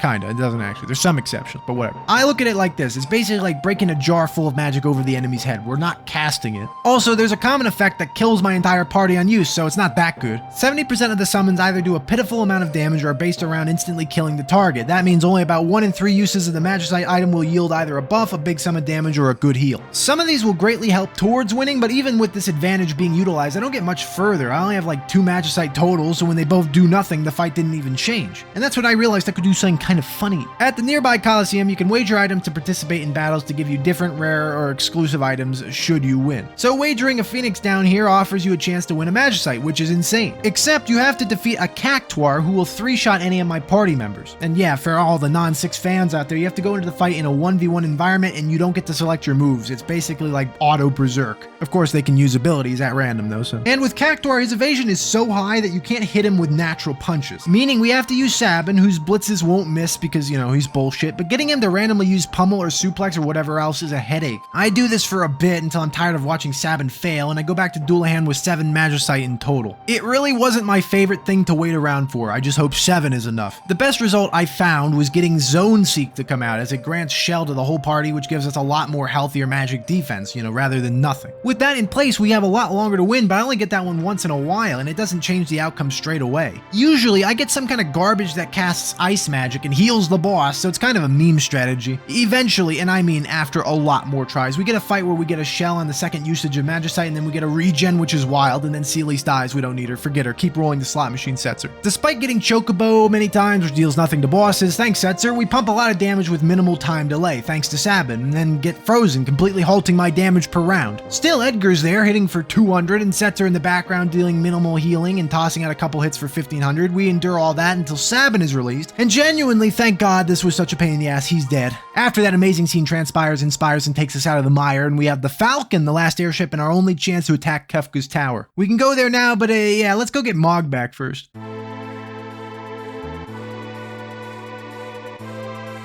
Now that we are in the airship, we have to go do something, but first we should land because there's a hyper fucking boss in the skies that randomly appears and will eat me if I don't save. After that, the sky is the limit. Go where you want, recruit your team in any order you wish. To get back my heavy hitters of Gao and Mog, it's pretty simple, fortunately. Gao is just on the Veldt and will rejoin immediately if you only have 3 or less people in your party. Unfortunately, I can't remove members without having a 5th one actually, as the guy inside the airship doesn't let you change a party member out if you don't have an extra one to swap in. Also, who the fuck is this? This ship, unlike the Blackjack, doesn't actually have a free heal station, but fortunately Figaro Castle's beds exist so I can go and heal whenever I want. We don't have to stress about using up resources on the overworld. It's at this point, because the game is completely open and we don't know what is going to be where and how hard things are going to be, there's no more level cap. We'll let ourselves go up to 99 if necessary. It's not going to matter for some things. So since I need a 5th character to unlock my boy Gao, I have a few simple options, and I ignore most of them in favor of Mog. Mog's healing is now so invaluable I can't begin to express it. We need a healer. Most of the challenges that are coming up are related to taking a lot of damage, and things are going to have a ton of HP. So we should address our problems one by one. Also, Mog conceals the legendary warrior who will bring about balance to this world of non-balance. Going to get Mog involves going to Narshi, which is now deserted, desolate, and filled with balls, which are called Psychots, apparently. The enemies here are now endgame-ish. With our motley gang here, we are not suited to do much surviving. Lagomorph only gets us so far, little fucking rabbit man. What really transcends our firepower Umar is going to grab Bum Rush for free now from Sabin's master. He's in a fairly hidden house, which is a cool secret, and getting Bum Rush means our offensive potential just tripled at least. This splits will one-shot every single enemy for most of the game now, so he's definitely the best damage dealer I've got, as if he wasn't already. It's a long walk in these caves to Mog, and the enemies take a massive toll, which is unfavorable. I don't want to spend many of my healing resources here. Several times I make it to Mog, who's just standing in a cave, and he looks at us and goes, Ho ho ho. and is happy to join back up with us. Then I'd like to leave this place,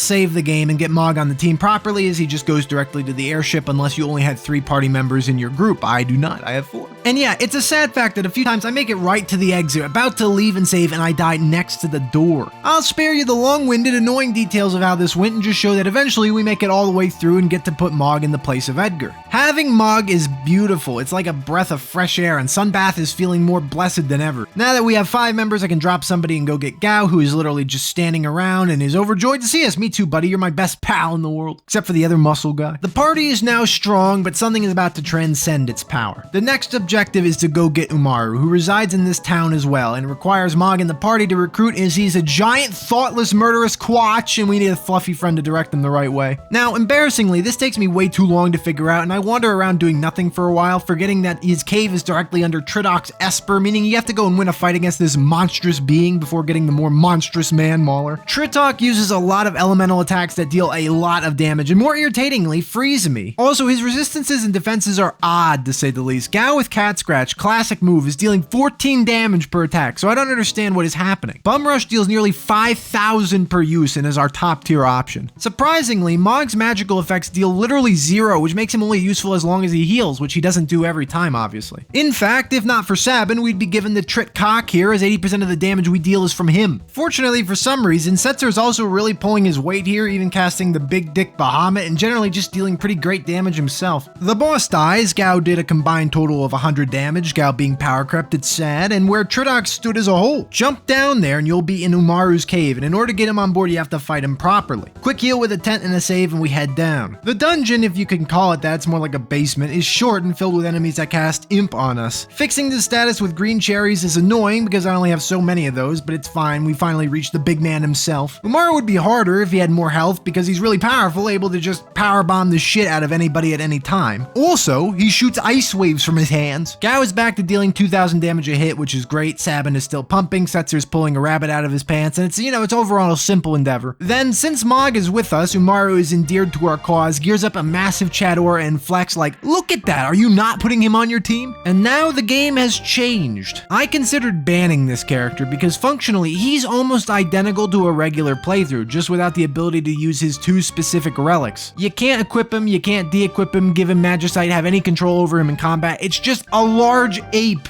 That being said, I'm enjoying myself and my rules don't need to include yet another clause of no Umaru. So I rename him to a more fitting name and happily escape back to civilization, i.e. my airboat, and put this guy to work immediately. Yes, by the way, he's flying the airship exclusively now, he's the leader. Umaru has 2 attacks, regular club and body slam. If he body slams, the earth shakes under his strength, and what that means right now off the rip is maybe the seemingly less impressive sum of dealing 3,000 damage per attack. Reminder, I don't have to even input anything, it's just happening passively. So what I plan to do is use this bucket of water. Remember this from long ago times. It's still here. The people in here are still here. They don't even know the world ended. It's reserved for the large Sask to take a bath in. I'm going to farm a lot now, and funnily enough, never realized this, but the encounters directly outside Narshi include the Mantodia, or apparently the strongest physical attacking enemy in the game. And no joke, I'll show you. Look at that damage, one-shotting every single member of the party. That being said, look who's standing tall with 130 HP, and he gains 10,000 experience, and we're off to the races. I realize this guy can farm for himself incredibly efficiently, and I figure it's time to have a trump card for most encounters coming up, with the exception of 2 very specific places. So, putting him in a party by himself, I have him maul groups of monsters, rapidly gaining levels. At level 62, yeah, not that much, I decided to go grab Terra. This is technically a mistake. I should really get Umaru higher leveled and then power level my small group of characters to increase our total average as returning party members come back with the average level of the characters I have now. But I'm too excited to see what this guy can do. He's going to make Fumbaba a Fumbitch. Round 1, we're back at Terra's crib and Umaru just beats the ever-loving shit out of this guy. She jumps in via the story event and says, come on, we can take this brute down. Cuts camera to show Umaru shoving Fumbaba's thumb into his baba. Now that Terra reawakened her naked dog form, or however you'd like to describe that, suggestions in the comments. The children are spooked and Terra thinks, you know what, I can punch clowns in the face. We leave and Umaru pilots us over to our next destination. I mean, picture this, he's in like an airplane, he gets in the pilot seat, he just sits there with a grin on his face and he flies over to his next victim, gets out by himself and kills everybody. He's not even asking where to go, there's no human involved, he's the captain. After they kill Kefka, this guy's gonna be the next problem, he can fly anywhere. I go visit Miranda, Umaru walks into this woman's room, reads a note, things I can't read, and leaves without elaborating. In this town is Realm, and to get her back and therefore also get Strago back, we need to defeat a boss called Chatternook. As for the dungeon component before the boss, it's funny how it's really bad, as you can see, with 2 human statues, Dead Mog and Umaru utilizing the infinite health of his rock friends to act as shields for him as he just beats the shit out of everything. As he lugs everyone to a save point, a tent restores all our statuses and we get to fight the boss. At first you think, damn, I'd like to chat in her nook, that's why the boss is called that, and suddenly it's a big man, it's a scary man. It terrifies Umaru and he continues to jump into the wall in an attempt to kill the ethereal ghost being. Chatternook can definitely be a hard fight, casting a lot of group magic and just generally being pretty strong. He also has 30,000 HP and that's a longer than average battle. Anyway, Umaru wins while everyone else dies. Realm is happy to see us despite almost no one here being able to talk to her in an intelligent manner, the best bet being Sabin, who stares fixed at walls waiting for someone to dump protein into his mouth, but still on the airship. Then a quick hop over to grab Strago, who sees Realm and reignites his love for life and therefore his love for punching clowns as he joins us again. I decide to go do some more power grinding and take Umaru to the Dinosaur Forest, notoriously one of the best places to level in the game. I take along a friend to leech some of the experience for as long as they don't die, and Mog is up, so we get some gaming going on, it's nice. Place involves a lot of death reloading though. These dinosaurs hit insanely hard and use meteor. Also, for the record, Umaru's biggest pitfall is his defenses. He doesn't have anything going on that's different than anyone else, except that he absorbs ice damage. Otherwise, he takes 1 billion damage from big hits and will always die to magical spells like Ultima, regardless of HP, as you can't influence his magic defense and he has seemingly absolutely no immunity to status effects. Instant death, zombification, all that stuff will immediately take him out. He's a glass yeti. After I get to level 81, yep, I want to go and find that flying boss I mentioned earlier, Doomgaze. You just fly around till he appears and there he is, he appeared. I get 2 hits off before being instantly killed. Yeah, I shouldn't have tried that solo with only Umaru, but you know, lessons learned. We'll get him next time. I decide to go do some more fun for the family optional stuff like go to the Magic Tower. Tower Fanatics, if you want to use the real name, I don't know. This is an iconically hard dungeon where you can't physically attack. You have to use magic to fight everything. Also, all abilities don't work, so that means no one can deal any damage. Except they didn't expect a morally bankrupt ape to walk up to the tower as they look on with binoculars and scream, oh fuck, oh shit, he's coming, oh my god! Our nerd magic barrier can't stop him. That being said, no, they can stop him. This place is probably not completable. Things use demi and quarter in here a lot, which deal fixed percentages of your HP, meaning Umaru takes like 7,000 to hit. If I had 99 elixirs, I'd be more inclined to try, otherwise the health loss is too great to overcome. That means we only have a few more things to do and 4 more characters to obtain: Shadow, Locke, Gogo, and Cyan. Shadow is simple enough, we have to go through a cave and then wager a specific weapon at the Coliseum. Gogo is a hidden god tier character hidden in a large worm enemy on a remote island. Locke is barricaded by the second worst dungeon in the game. And finally, Cyan. Now, this is a funny one. He's currently in Zozo in a previously inaccessible area. To get through to that area, we need to open a door, and that happens to be covered in rust. In order to de-rust the door, we need to buy a de-rust item. As Cyan is not needed to progress, and I have to adhere to the old rule of not spending money, I'm never going to get him. Personally, I find it funny we are so cheap we won't buy a can of WD-40 to go and retrieve our friend. He won't even realize that the world has been saved. He's just in a cave forever sending letters to widows. It's sad as fuck. Anyhow, let's go and try the Phoenix Cave. Locke is in here, and to navigate to the end of this place, you need 2 parties to work in tandem to clear the puzzles that help your 2 groups navigate. It's actually really cool and really horrible because this place is huge and full of only terrible enemies. Plus, I don't know if you had noticed, but there's only 1 Umaru in this game. This is a hard distribution of labor. Obviously, the Umaru group is great, doesn't even matter who is with him. I just decided that he's the Chad, all the female party members will roll with him, and then the other group gets to have 4 for 4 great members. Looking at Mog, Sabin, Setzer, and Gal. I figured this would be be enough. Nope. The Phoenix Cave is full of status-inflicting enemies, and besides sometimes just getting outright killed or severely gimped, there's too much damage to heal through. Numerous times, the Mog party will take a massive AoE attack and all die. Genuinely, it's not even contestable. Half the things in here just hit for all our health. After about 20 losses, I get fed up because the place is too long to mindlessly beat my head against the wall trying to beat it. To better my chances, as I feel the most pressing concern is health pools, I go back to the dinosaur forest to power level my team some more. I also decide that I need to round off my useful party members with a big one, Go-Go. As I mentioned over an hour ago, thanks for watching my chimp ramblings this long, but Go-Go can use any ability, and 3 of them at once in fact. He doesn't get a regular attack though, instead he gets Mimic, which just performs an action that happened. I think it mimics the last option seen in combat, I don't know, I don't hit the button much. Instead you give him Dance, Blitz, and Item, and suddenly this guy is the best support in the game. He can pump out Bum Rush, he can Sunbath, Elixirs on the ready in case he's not stuck dancing. Basically, he's everything you could want.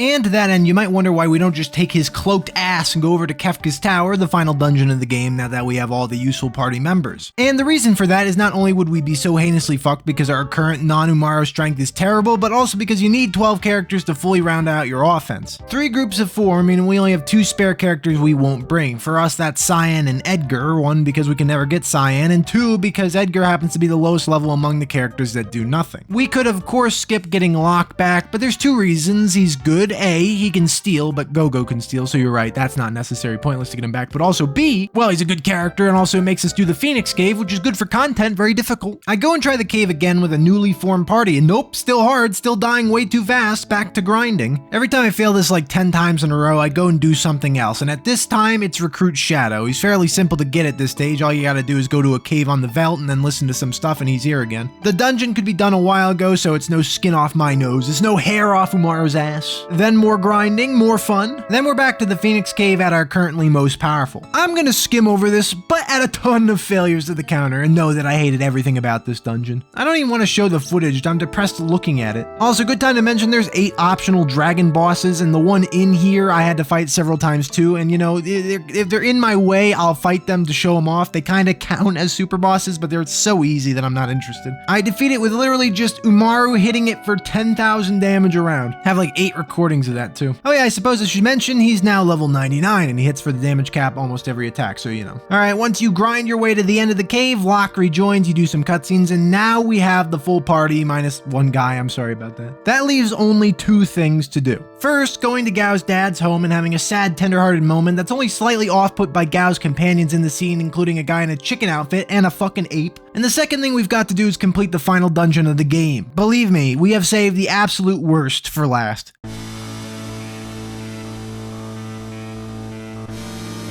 Okay, so Kefka's Tower is the longest dungeon in the game by so much it's crazy. It has the hardest enemies in the game by so much it's crazy, and with a lot of them having instant killing attacks, even when they're dead, it's gonna suck dick. And finally, you have to have the requirement of 3 parties that have to overcome very difficult bosses simultaneously. And then, of course, the hardest fight in the game, bar none, at the end. So we need a lot of items, and fortunately, we can start to farm them with our 2 thieves. And elixirs are stealable from a very common and extremely easy enemy, little squirrels that are dying of pollution. This does suck because they die in 1 game tick, I don't know what to call it. Point is, if you don't get the steal, which is kind of rare right away, you gotta keep going, you gotta keep trying. There's a lot of farming. I get about 12 elixirs, not an omega number by any stretch, but good enough, I think. Most of them are genuinely just for Umaru. In a pinch, anyone can use them, but between the elixir supply and our X potion supply, we're doing okay. With that out of the way, let's just go fucking try it. Kefka's Tower is huge, and the building's not small either. It's without a doubt the biggest dungeon. The moment we land, we are in a lot of danger. Very few encounters don't involve the potential to instantly kill any party member. At this point in the game, the developers expected you to equip something. So we gotta figure out the best distribution of our parties, and I think it's obvious that Umaru leads one perfectly fine on his own. As before, because it worked, I put him with all the women. Realm is actually pretty useful in the sense that she can heal the party with decent sketch magic should we be up against particular enemies, so that's nice. The second and third group need to throttle their power in order to have the rest of the good characters divided nicely. Sab and Mog Gogo, Gao, and Setzer are the last A tier characters. Shadow follows as a B tier character only because of the built-in interceptor counter chance. That leaves Locke, Strago, and Edgar as characters with no real benefit, technically Locke being the best as he has the highest base stats and can steal, but still nothing to really write home about. Both parties would benefit from a dancer, so Mog and Gogo are leading them. Then both will need a powerhouse hitter, so Sabin will go with Mog and Gao will go with Gogo. Setzer is superior to Shadow, but Sabin is superior to Gao, so we'll give Setzer to Gogo's group and tack Locke along as well. Shadow and Strago finish off Sabin's party, and this looks like the ideal division. The three paths are not truly equal in difficulty, and in terms of length, some paths involve a lot less walking. I decided to start with Umaru, who has to contend with the Great Behemoths and Fortis Death Machines himself. You know, everything is bowled over, but in 3 rooms, he's nearly completely dead. Again, elixirs for a good reason. This leads up to the first boss of the dungeon, Inferno. Fortunately, following a save point, Inferno is a strange boss. Actually, no, not really strange, sorry. I don't know why I wrote that. It just uses Meteor and fucking kills everybody really fast. I mean, in a way, that's strange. Of course, Meteor isn't designed to deal 10,000 damage to everyone, so Umaru does survive, sadly to be hit by a Delta attack, which inflicts Petrify on him, and that kills him immediately. That's one of his very first boss fight failures. There's more to come. The second attempt actually goes in much the same fashion. Inferno kills 3 party members in one broad stroke, and then Delta attacks Umaru. In this vein, I need him to just survive a smidge longer to deal some more hits. Getting out 7 will probably kill any target in the entire game. Third attempt goes identically to the first 2. I'm starting to wonder if this is possible right at the end. I feel like a change of pace is necessary because if my best group is getting blockaded already, how can I expect my Gao group to go?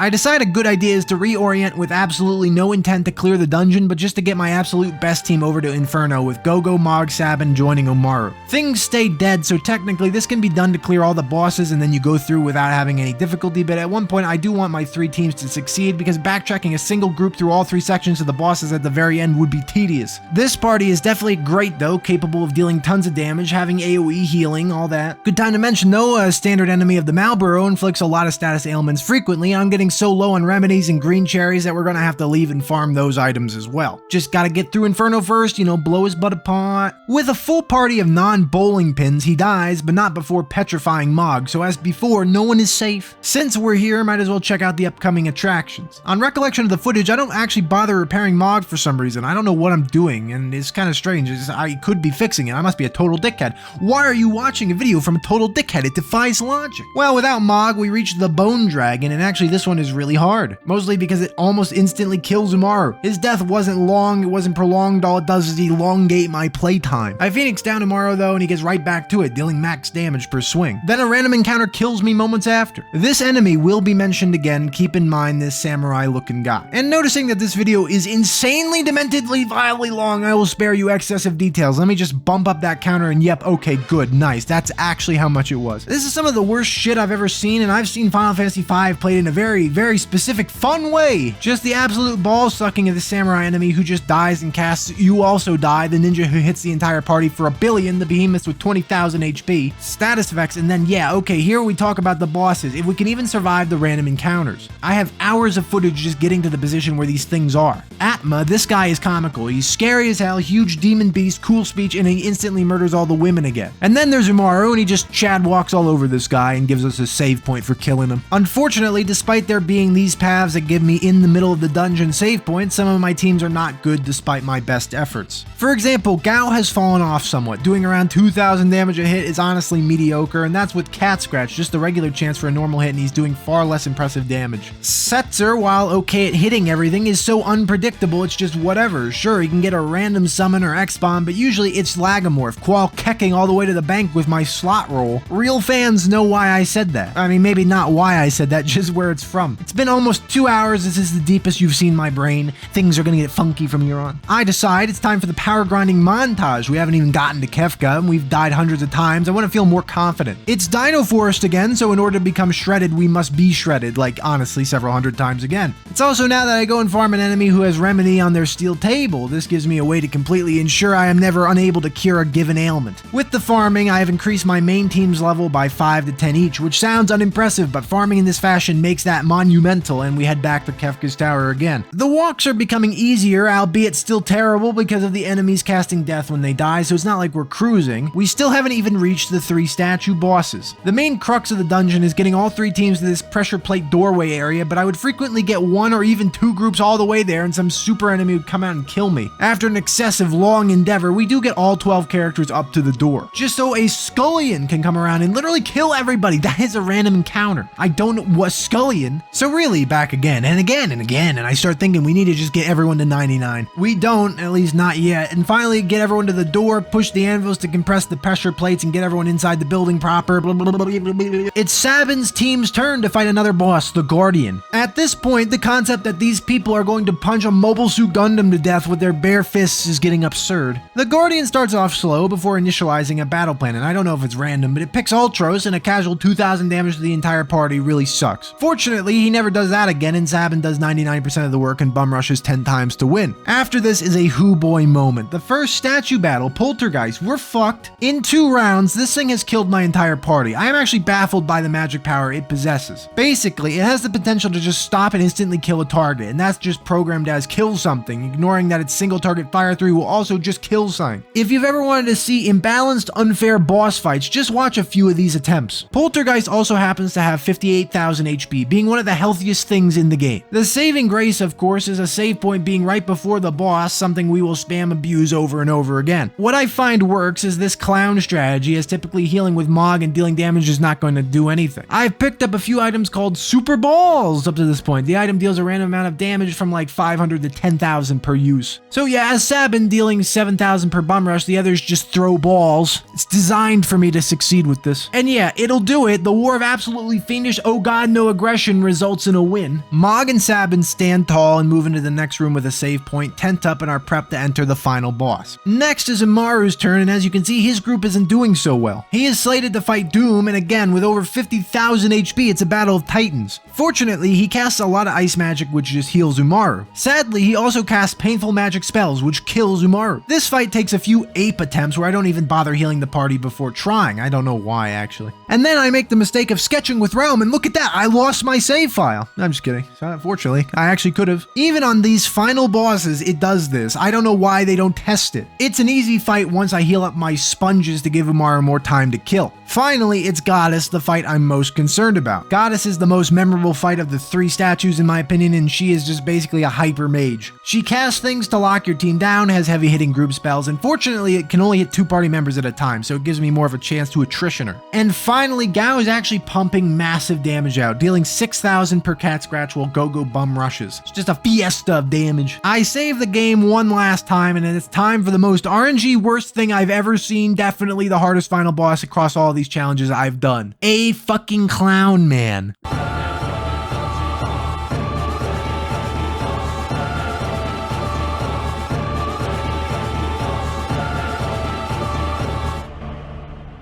Oh my god, it hit every fucking... The final boss is a 4-stage gauntlet where you fight a massive chair and then Kefka himself. The first part we have to decide is who is going to go into the boss fight. You do get to have all 12, but it kind of works funkily. You pick the order for 12 characters, with new ones filling in for down members if you transition to a new phase. At the end of phase 3, he kills a party member outright, so you need to at least plan for the 5th slot. Not to mention, we're just literally going headfirst into a giant oversized Vitamix because this guy is crazy. The context for the fight is that Kefka is doing a pretty poor job making us laugh, and instead we're so pissed about how he's pissed on the world, and he even demonstrates right in front of us. He look at that, and we say, okay, fuck it, we're jumping this guy, and then yeah, I'll be dying now. Every phase except for the last one involves hitting multiple parts, meaning Umaru is not accurately focusing down anything. He's just jumping randomly at a variety of targets, and that's the same with Blitz and with Gao. Still, there's little doubt, Umaru is first on the list, followed by Sabin, Mog, and Go-Go. I figure 2 people simultaneously sunbathing should be satisfactory for keeping everyone alive. Sunbathing. Bathing is different. English. Gao and Setzer will back up the main group should someone fall, and after that point the next best character really is Terra because of her level and Morph making her 20% better than a standard damage dealer. Locke, Shadow, Seelys, Realm, and Strago will be the anchors, but we actually anchor in reverse, so I don't know what you'd call that when your last guys suck completely. I mean shit, I'll call it shit. First attempt! Forgot to heal Sabin, has 1 HP, okay, well not ideal, not the best. We will reset that if we lose this fight. We lost! The first phase has a bulk of physical damage, and it's intense if things align correctly for Kefka. Because a part of this form has reverse polarity, all my characters comfortably in the back row get flung to the front and then you just die. Each hit normally does well over 2,000 damage, and in the front row it increases to around 4. So anytime he starts the fight by reversing polarity, we reset. Additionally, Gloom can inflict a party member with Stone, which is demonstrated nicely here on Gogo. Also, because this composition is terrible for fixing problems, because if something happens to Sabin, everyone else is on auto battle, I can't fix anything. As long as Gogo and Mog are dancing, which they probably will be. Between phases, dance ceases and gives me a chance to use items and reorient myself. Sadly, if we lose Umaru, our chances fall down considerably. He alone is without a doubt going to deal around 200,000 damage combined if he makes it all the way to the top, and that's not matchable by anyone else. We hit all the pieces down here successfully and go into the second phase. I mean, this is unrealistic. The second part has the most components by far, and therefore the highest diversity of moves. No one is safe, and when Sabin gets confused, Mog gets frozen, Gogo's petrified, it just leaves Umaru standing there, fully taking the brunt of every single magic attack in the game, and yes, he dies. And to add insult to injury, instead of killing him, Kefka uses Zombify, and there goes our first attempt. I believe these first 3 phases are based on Hell, Purgatory, and Heaven, so I'll refer to them accordingly. If I'm wrong, then I suck, but it doesn't matter to me. That's more of a you problem. I have a lot of examples of how bad Hell goes. I'll just share them with you in a montage sense so you get a feel for how often I'm dying. The number of failures for Purgatory goes up massively after that. While Hell itself can batter my team, I more or less just restart because I don't want to lose one of my best characters so early, but as an unfortunate fact, Kefka likes to transition and use throw attacks, meaning that you have killed every part for phases 1 through 3, but he leaves you with a parting shitty gift. For example, after you defeat Hell, you often get hit with Quake a lot of the time, and that just stings. It deals around 2,000 to everyone before you go into the next part. And then Purgatory is just AoE central. It's not improved by this being the first boss to cast Haste 2 on itself, making all the parts go practically twice as fast as me. Hundreds of runs up to phase 2 and back down over and over again. I have not gotten to phase 3 once. And beyond it all, in phase 4, Kefka himself will be using a move that sets the entire party's health to exactly 1. Fortunately, I picked up a Mega Elixir in this tower that will be my counter to that attack. Unfortunately, I don't have any others despite it being possible to steal. Maybe if I did have another, Sabin could save the day with a Mega Heal after we endure 5 world-ending magic attacks, but as it stands, my best bet is hoping that both Mog and Gogo sunbath over and over. It's just very unlikely. Of course, we could toss an elixir or 2 in here, but it's not really the point. We are getting frozen, outright killed, stopped, confused, and let me tell you, when Umaru is confused, it's not confusing what happens next. The whole team is going into a garbage compactor. It would be gratuitous to show you every single run I attempted, but a lot of fights later and we get to this scenario. 99% of our health pool is gone, Umaru alone with 830 remaining. The final part double dispels, and it's finally our first time looking at Heaven. This pulls in Gao, Setzer, and Terra, who are immediately killed, and honestly, everyone else is supplemental right now. Terra just lodged an elixir on our near-dead Yeti friend, and it becomes a short task to bludgeon every piece to death. I mean, this part is actually really easy, but unfortunately, as I said before, it ends with him killing a party member, and he kills Umaru as we enter the final phase with a motley crew. Setzer is going as ham as I can make him, the sole remaining character with a good ability, and the others try desperately to support either the damage dealing effort or healing endeavors, but it's not doable. The magic he throws out constantly is murdering us. Not only that, but he has 60,000 HP, and we're not getting there with this. The only Hail Mary I could imagine is getting Joker Doom, but it doesn't work simply. I can't set it up to do anything. No dice, no slot. And after all that, we're back to the bottom and I'm sad. Nothing really can change. I have this idea of using Sabin to use Mantra in order to give the team even more healing, but that cuts our damage output by a ton, so I don't know if it's worth it. There really is no better character lineup than my initial one, and I know if I can either get Umaru, Sabin, or Gogo to the top fight, we will win. The polarity, the ailments being locked out of healing, the sheer massive damage you take just to think you're getting closer, and then Mog dies, Gogo doesn't fucking dance correctly, back to school with you, and finally I think it's necessary that you run back to the start of the dungeon to get more items and warp out, grind some more. But I hate the idea of doing that, walking through the monsters that just kill you again and again, and you think, I'll give it another 5 attempts, 15, 30, and then it's 2 a.m, you should be in bed, you're tired and sleepy, and you want something to eat because all you've been fed for the last 2 hours is a large clown dick. That has been the last few days of my life. Many attempts later, I get back to the end of the second phase, and since Umaru still stands, I feel that we'll be fine. And we are, at least here. Setzer dies, and that's when I horrifyingly realize that the target of the instant death attack is always going to be the topmost character. Or it just happened twice in a row and it's coincidental and it sucks. But, you know, it does mean we cleared a phase after all. Face to face with the final boss again, this time with the added benefit of Gao, which means maybe it could possibly be his time to shine. We go after it using the Mega Elixir to counter Fallen One and then go as hard as we can. Setzer again being pretty terrible and saying I haven't seen happen, but he does drop another Fallen One on us, putting us to 1 HP again. It goes well despite that setback, despite the trials, and then we just can't last any longer. He's destroying all of reality and we're like naked caveman hitting him. Back to the bottom. I reorient my party so that Umaru won't be at the topmost position and we get back in there. 20 attempts later and we get this one going. Clean first phase into the commonly seen super blender of phase 2. I had started to resolve to just put out as much damage as I could before people invariably died. I can't keep track of what is doing and is doing what, so I just hope Umaru knows what he's doing. Sabin dies really fast, which hampers the idea, and Mog soaks up the Petrify. Gogo and Umaru, the legendary non-characters, stand tall and keep going for a little while until Gogo drops as well. Then we clear the second phase, and since I've not lost on the third one yet, I have high expectations. We are hit with the hardest hitting West Wind ever cast, killing everyone it seems like, except for our main character, of course. After a quick restoration, and I mean, I don't wait, Umaru does what he pleases, he kills things on his time, we kill all the components, and this time Gao dies, making me think it really is the topmost character who gets targeted. Literally, I could have looked this up, but I don't care, I gotta be my own man. Now that we're at the final battle with Umaru, I'll just let you watch this footage. See this shit? It's going well. I'm so scared I throw potions entirely into Umaru's mouth for no reason, and dead. Yeah, okay, well, great.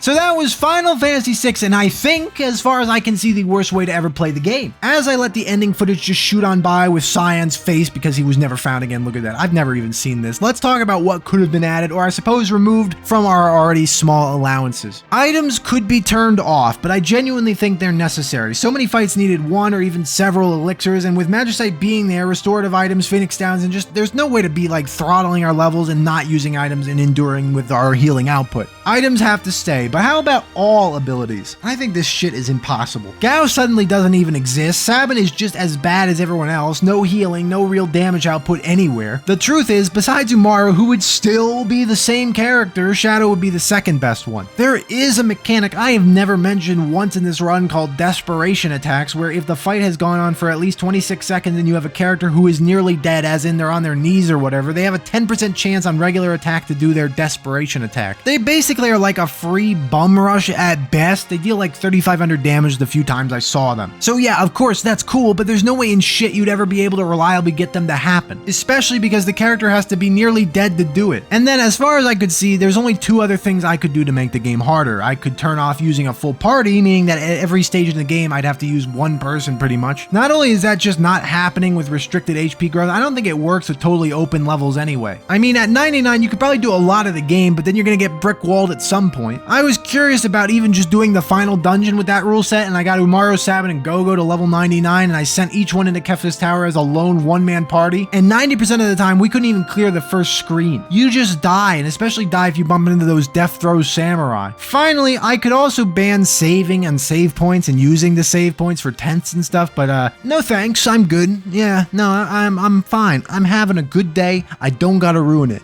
I don't have to do that. I mean, can you imagine you'd have to walk through Kefka's Tower every time you died to him? So that's as far as I want to push it. I think today this is the hardest challenge ever recorded for Final Fantasy VI, at least on old Yuttertub. If you want to style on my balls and do more, I bet someone could find a way. You can, but for now, I don't know. It feels good to be the king. It feels good to be on top of another wasted time category. So that's the Super Nintendo Final Fantasy games. Boy, it's been a real swell time. I can't believe how far we've come. Now that the future is the 3D games, right? We got a lot of.